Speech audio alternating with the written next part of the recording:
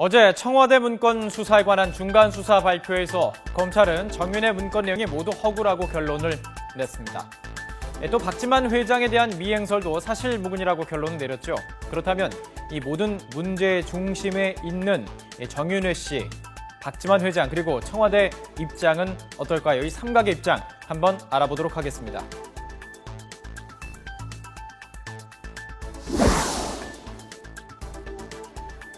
이런 엄청난 불장난을 누가 했는지 또 그 불장난을 춤춘 사람들이 누군지 다 밝혀지리라고 생각합니다. 검찰 출석 당시에 불장난에 춤춘 사람이 누군지 밝혀질 것이라고 말했던 것처럼 결론은 박관천, 조응천 이 두 사람의 불장난으로 밝혀졌습니다. 정윤회 씨는 자신의 변호인을 통해서 희대의 국정농단자라는 오명을 벗게 돼 너무나 다행이다. 또 지난해 3월부터 10개월간 차마 견디지 못할 고통을 겪었다라고 말하며 이 불장난에 춤추는 사람들에 대한 경고와 또 자신의 오명을 벗은 것에 대한 안도의 모습을 보였지만 아직도 정윤회 씨를 바라보는 여론의 시선은 곱지 않습니다. 대통령 척도로서 처신의 문제죠. 그러한 오해가 발생되지 않도록 근원적으로 자기 자신이 성찰해야 되는 겁니다. 그럼에도 불구하고 이야기가 나왔다는 것은 뭔가 모르게 허점을 보였다는 것이거든. 그 점이 문제라는 겁니다. 대통령이 가지 척도이라는 것은 그 척도 그 자체가 권력인 거예요. 권력이 뭡니까? 칼끝에 묻은 꿀과 같습니다.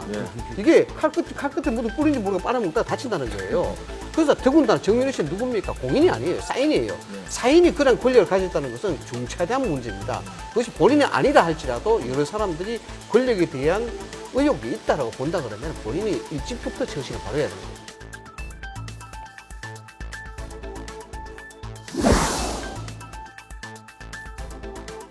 들어가서 제가 알고 있는 사실대로 이야기하겠습니다.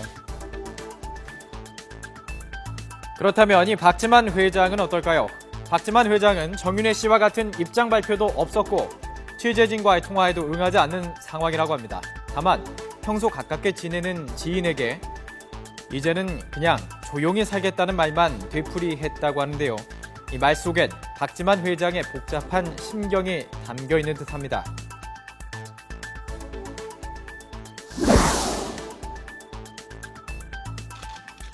청와대 윤두현 홍보수석은 오늘 오전 기자들과 만나서 몇 사람이 개인적으로 사심을 가지고 있을 수 없는 일을 한 것이 밝혀졌다며 경제도약을 위해서 매진했으면 한다고 덧붙였습니다.